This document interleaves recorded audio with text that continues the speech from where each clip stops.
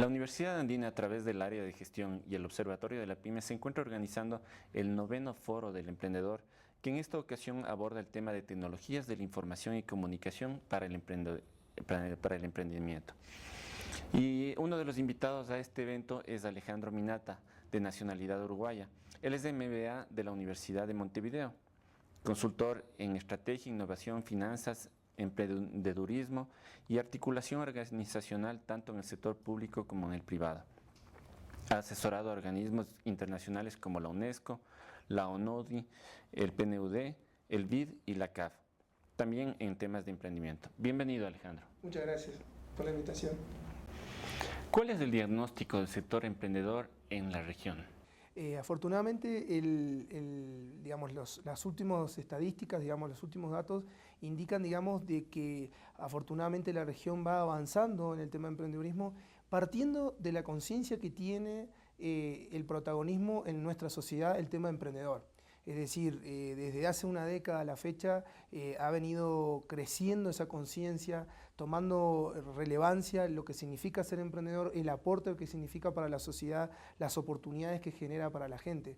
Por lo tanto, los distintos actores de nuestros países cada vez se comprometen más, se involucran más y bueno, se hacen cada vez más desafiantes los objetivos, porque bueno, la experiencia también va generando que uno va desarrollando mecanismos, va desarrollando herramientas que favorecen la generación de nuevos emprendimientos. No obstante, hay grandes desafíos aún por recorrer. Yo diría que se ha hecho un muy buen esfuerzo hasta el momento, sobre todo partiendo de la situación que se encontraba una década atrás, pero quedan brechas aún muy grandes por recorrer, es decir, obstáculos, barreras que hacen que el desarrollo emprendedor aún sea una limitante para nuestra gente. ¿Qué papel cumplen los gobiernos a favor del sector emprendedor? Es muy buena pregunta, es decir, efectivamente los gobiernos cumplen un rol fundamental en lo que se denomina el ecosistema, es decir, el entorno, el ambiente propicio para desarrollar las capacidades emprendedoras y lograr la generación de emprendimientos. Como te decía hace un ratito atrás, existen todavía dificultades, existen brechas para algunos países más desafiantes que otros, pero básicamente tiene que ver, con la cultura, es decir, el ver al emprendedurismo como una oportunidad de desarrollo personal, desarrollo empresarial, el tema, también de la educación, de la capacitación de la gente, es también un aspecto fundamental. El hecho de dar asistencia, dar apoyo, desde el punto de vista técnico, en el armado de los planes de negocio, en el diseño de los modelos de negocio, en lo que tiene que ver, en el apoyo financiero, en los subsidios, en la generación de herramientas de apoyo financiero, sigue siendo también otro aspecto clave y aún en un estadio embrionario en nuestra región. Y en ese marco es que los gobiernos de a poco y de forma constante están desarrollando sus propias capacidades para devolverle a la sociedad, apoyar, generar ámbitos que favorezcan la generación de nuevos emprendimientos a través de herramientas, a través de apoyos de asistencia técnica y en algunos casos también a través de regulaciones, de instituciones que se focalicen en el tema de emprendedor y sí ya a un nivel superior a aquellos que generan leyes a favor, de la prioridad de la generación de nuevos emprendimientos. Entonces, en definitiva, es un actor muy relevante el gobierno procurando contribuir desde su rol a esas brechas que yo mencionaba anteriormente. Sin embargo, sí se nota en algunas ocasiones una dispersión en el tema emprendimiento. ¿Qué se debería hacer para articular a todos los actores que intervienen en el ecosistema de emprendimiento? En realidad es uno de los desafíos más grandes que América Latina está teniendo, es decir, hay esfuerzos genuinos, esfuerzos que generan mucho valor, pero son aislados. Es decir, normalmente las instituciones, las organizaciones, inclusive los instrumentos de política pública actúan solos, actúan de forma aislada. Y sabido es que el que mucho abarca poco aprieta. Entonces, el proceso emprendedor es largo y cada etapa, sea la gestación, la sensibilización, la difusión de oportunidades, lo que es la, digamos, generación del emprendimiento, lo que es el desarrollo de ese emprendimiento, cada una de esas etapas tiene peculiaridades y por lo tanto necesidades particulares. Y para cada una de ellas hay instituciones, digamos, que están más especializadas, que tienen más foco, que tienen más experiencia. El tema es cómo articular esas capacidades, cómo sinergiarlas, y es ahí donde existen mecanismos, donde existen metodologías comprobadas en la región que favorecen esa articulación, que favorecen la facilitación de oportunidades en común. En ese sentido es clave, digamos, no perder de vista que el cliente final de este proceso es el emprendedor y que ese proceso es una cadena de eslabones donde cada institución se ubica en una determinada etapa del proceso, contribuyendo, aportando con su expertise, con su experiencia, con su motivación, porque también hay que tener claro que cada organización quiere generar valor, pero también apropiárselo, es decir, ser reconocida por el apoyo, lograr trascender en la sociedad y distintas otras motivaciones, muy genuinas todas, por cierto. El punto es encontrar esa sintonía fina en los distintos eslabones de la cadena, de forma que el emprendedor pueda ir fluyendo a lo largo de ese proceso de forma lo más armónica posible y recibiendo en cada etapa el mejor proceso o la mejor asistencia según la institución más especializada. Entonces, eso es bien relevante. Por otra parte, también es importante hacer mención que dentro del mundo emprendedor hay distintos tipos de emprendimiento. Tenemos emprendimientos por necesidad, que son aquellos, digamos, de subsistencia, de autoempleo. También están aquellos por oportunidad, aquellos emprendedores que ven esa umbral, esa ventana de negocio y se enfocalizan. Normalmente en el segundo caso, en los que se denominan dinámicos, habitualmente tienen un enfoque de horizonte exportador, tienen algún grado diferencial o alguna innovación y por otro lado tienen potencial de crecimiento alto. Estas personas habitualmente son gente de edad media, llamémosle 35 o 45 años, son gente que ya tiene alguna experiencia laboral, tiene un nivel educativo, secundario, terciario, preferentemente de terciario, que hace que toda esa combinación de experiencia, conocimiento y encontrar un nicho, una oportunidad, los apalanque. En el otro caso, el de subsistencia, normalmente son aquellos que, bueno, que necesitan de alguna manera lograr llevar el pan a la casa y bueno, buscan de la mejor manera posible esas oportunidades. Pero ese tipo de emprendimientos habitualmente tienen bastantes restricciones a su crecimiento, habitualmente no tienen una innovación y mucho menos aspiraciones de exportar. Entonces hay que ser consciente de ese equilibrio entre oportunidad y necesidad, porque dependiendo del tipo de apoyo que uno dé, es el foco al segmento de los emprendedores que uno quiere generar. Habitualmente ambos segmentos son muy valiosos, pero contribuyen y generan distintos beneficios.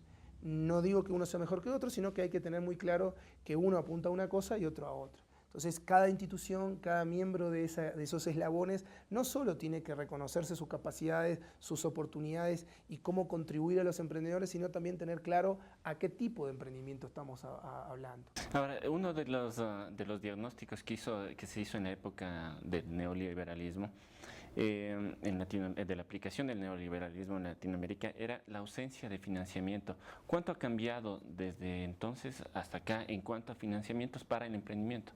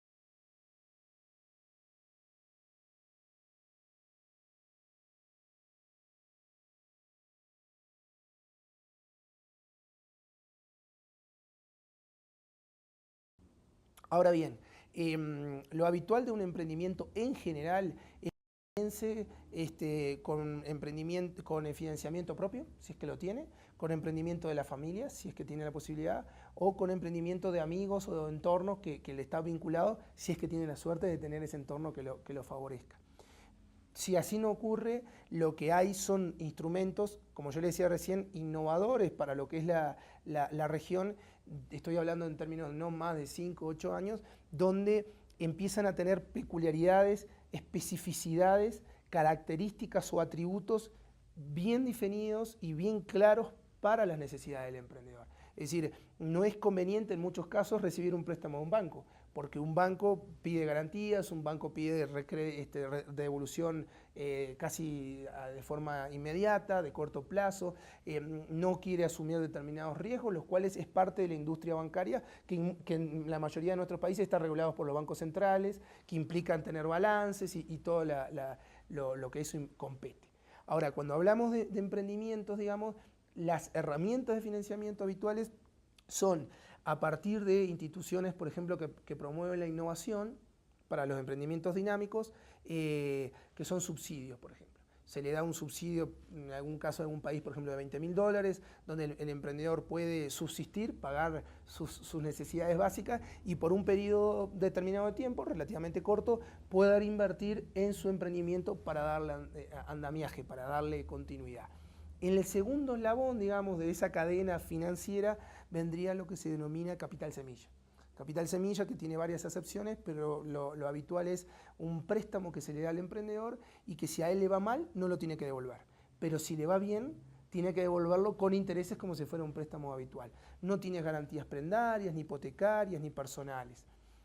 Tiene un plazo largo de tiempo para esa devolución y que habitualmente la devolución está en función de las ventas.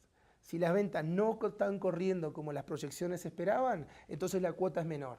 Ahora, si las proyecciones corren, es decir, evolucionan como uno espera, entonces la cuota está acorde a lo convenido. Entonces son mecanismos flexibles, como yo decía recién, que se adaptan a las características del emprendedor. Como otro próximo eslabón en esa cadena vienen lo que se denominan inversores ángeles. Son personas que tienen un patrimonio relevante, que tienen experiencia en el sector al que apoyan y están dispuestos a acompañar al emprendedor con su experiencia, con sus conocimientos. Y ahí estamos hablando de, como yo decía, el subsidio de $20.000 y el capital semilla entre 50 y 100. Bueno, los inversores empiezan desde aproximadamente 80, 90, es decir, se van solapando hasta 150, 200. Posteriormente en la cadena ya vienen las redes de inversores o algún fondo de inversión más chico, que bueno, que ahí ya la escala ya es más grande, los requerimientos ya son más exigentes, ya se aproximan mucho más a los requisitos de los bancos y bueno, acompañan el riesgo. Ese es el factor diferencial. El riesgo asumido por un capital semilla, por un subsidio, por un inversor ángel o un fondo de inversión es mucho más alto. Pero como dice la teoría financiera, a más riesgo se espera mayor retorno si funciona. Entonces ahí lo que es habitual es que se invierta en varios emprendedores, probablemente hay un tercio que no funciona, un tercio que camina lentamente y un tercio que le va muy bien. La idea es a esos que le va muy bien redoblar la apuesta y obtener, digamos, los beneficios del crecimiento de ese emprendimiento. Y bueno, y después ya nos vamos a grandes fondos, fondos digamos, de inversión internacionales que funcionan, operan cada vez más en la región, pero son casos muy puntuales y muy específicos. Entrando ya a la parte final y también al tema de tu exposición de esta tarde, ¿en qué medida facilitan las nuevas tecnologías de la información y la comunicación al resurgir de los emprendimientos? De sobremanera. Es decir, definitivamente las tecnologías de información y comunicación, en particular para nuestra región, ha sido una ventana de oportunidad inmensa. ¿Por qué? Porque las barreras de entrada son, a diferencia de lo que pasaba en años, décadas o siglos anteriores, que lo fundamental era el capital, es decir, comprar la máquina, tener, digamos, la fábrica. Hoy el capital más valioso es el conocimiento. Latinoamérica tiene un potencial enorme por la cantidad de población, por la cantidad de gente que está incorporándose a Internet y que, como dice textualmente, unos muchachos con una computadora, aunque inclusive sin ser propia, pudiendo ir a un ciber, pueden acceder a las oportunidades que brinda Internet. Es decir, por ejemplo, las tendencias globales, todo el tema de juegos, el tema de las interacciones por redes sociales, son todos ventanas de oportunidades que nunca antes nuestros países habían accedido. Y en ese caso, el tema del entorno, el tema del ecosistema es fundamental. Y lo que está pasando es que se está sucediendo, por ejemplo, desde el punto de vista de la infraestructura, la banda ancha en Uruguay es la más económica por porcentaje del PIB per cápita de los países, es decir, que es la más barata. Después estamos primero en lo que tiene que ver, digamos, con la penetración social. Y eso implica que, por ejemplo, haya fibra óptica en los hogares de las ciudades principales. Eso genera una oportunidad para que la gente se incluya al mundo de las TICs y eso genera masa crítica para que los emprendedores puedan encontrar una oportunidad. Para dar un caso concreto, la penetración más grande se ha dado en gente mayores de 40 años en los últimos años, se ha dado en los niveles socioeconómicos más bajos. Eso es súper valioso para nuestros países por la inclusión social que implica. Otra herramienta también que está funcionando en Uruguay desde el 2005 es lo que se llama internacionalmente la One Laptop per Child, que es una iniciativa de Negroponte, digamos, un americano que hace unas décadas soñó de que todos los niños tuvieran una computadora. Y eso es una realidad en Uruguay desde el 2005. Es decir, todos los niños, inclusive los marginados, los pobres, la gente que excluida, independientemente de su nivel socioeconómico y cultural, tienen una laptop. Es impresionante ver a los niños a veces viviendo en lugares muy lamentables, digamos, desde el punto de vista humano, pero que tienen una computadora y tienen acceso a Internet. Ahora en este año se pasó una fase 2 que empezaron a dar cursos de capacitación específico para eso. Entonces se espera una revolución en los próximos años en ese sentido. Después también hay unos incentivos tributarios, hay beneficios fiscales que hacen que a las empresas de TIC no paguen impuestos. Hay una cámara de software muy fuerte en el país, muy comprometido. Hay modelos de rol de empresarios uruguayos jóvenes que se han emprendido a través de la TIC y le ha ido bien y son como una referencia para otros estudiantes. Otro ejemplo también viene a ser, digamos, que por ejemplo se hacen misiones comerciales donde va el vicepresidente de la República. Ahora hace 2 semanas volvieron de Israel y con ministros de Estado, con empresarios, con académicos. El año pasado fueron a Silicon Valley. Entonces son ejemplos, digamos, de que hay interacción, de que hay alineación de intereses que favorecen a que el emprendimiento por oportunidad, los dinámicos que hacíamos mención hace un rato, hayan crecido sustancialmente, que el ecosistema en Uruguay sea reconocido por los actores globales que hacen análisis. Y bueno, la verdad que es un lindo caso que bueno, obviamente está favorecido por las características geográficas de Uruguay, que digamos, no hay montaña, no hay, digamos, hay una sola que es un cerro de 500 metros, es decir, todo lo demás es muy bajo, entonces facilita la conectividad. Hay que ser realista en eso. Somos 3 millones de habitantes, estamos hablando que es un barrio de San Pablo. Pero bueno, lo que quiero rescatar con esto es que siendo chicos se puede tener esa ventana de oportunidad y depende de nosotros y del esfuerzo conjunto, academia, Estado, empresa, sector público, sector privado, trabajando en conjunto con una visión de futuro, poder lograr dar pasos relevantes, ¿verdad? Te agradecemos, Alejandro, tu presencia y tus aportes en esta entrevista. Muchas gracias, quiero agradecer, digamos, a la universidad por la invitación.